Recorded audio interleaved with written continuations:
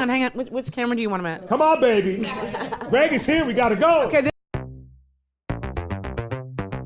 I'll never forget, you know, they built the sets in a gymnasium, and it was like an abandoned high school outside of Pittsburgh.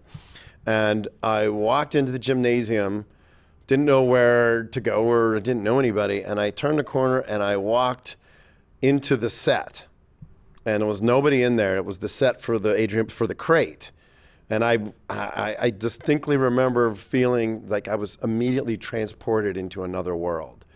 And I would step out, and I was in the gymnasium, and I'd step in, and it was like and I thought, God, there's people that's their jobs. Their jobs are to create these new worlds for you to experience, and I experienced it on a very visceral level. You gonna tell me what this is all about? Yes, absolutely. And I walk into another world, very reminiscent of the story you just told about walking into that gymnasium. And that's how I felt. And I felt like, oh, part of me felt jealous because how am I gonna act in this? This is already the star.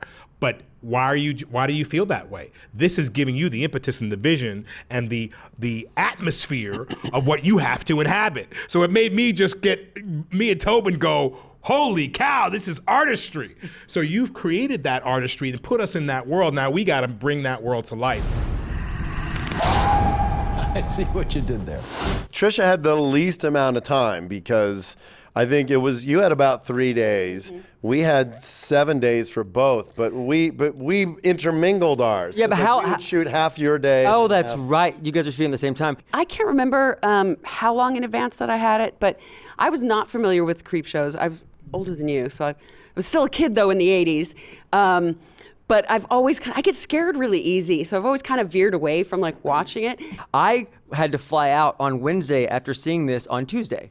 So 39 pages of solo dialogue delivered mostly to camera. And I'm like, if I can send me the one-liner, if I can memorize this and before I go to bed tonight, I'll do it. Because producers always do this. They're like, you know what, we'll work with you. You don't have to know those lines. It's gonna be fine. And you get there and you're if you don't know your lines, because there's all these crew members. Absolutely, yeah. It's like your one job, and you need to know these lines. You're done. A new generation of horror has risen from the dead. The great thing about this anthology is every single story stands alone. Some of them are funny, some of them are scary, some of them are suspenseful. I'm honored to sit here amongst these amazingly talented people because great horror starts with great characters. You can have the scariest monster in the world. If you don't humanize it with the people around it, it doesn't work.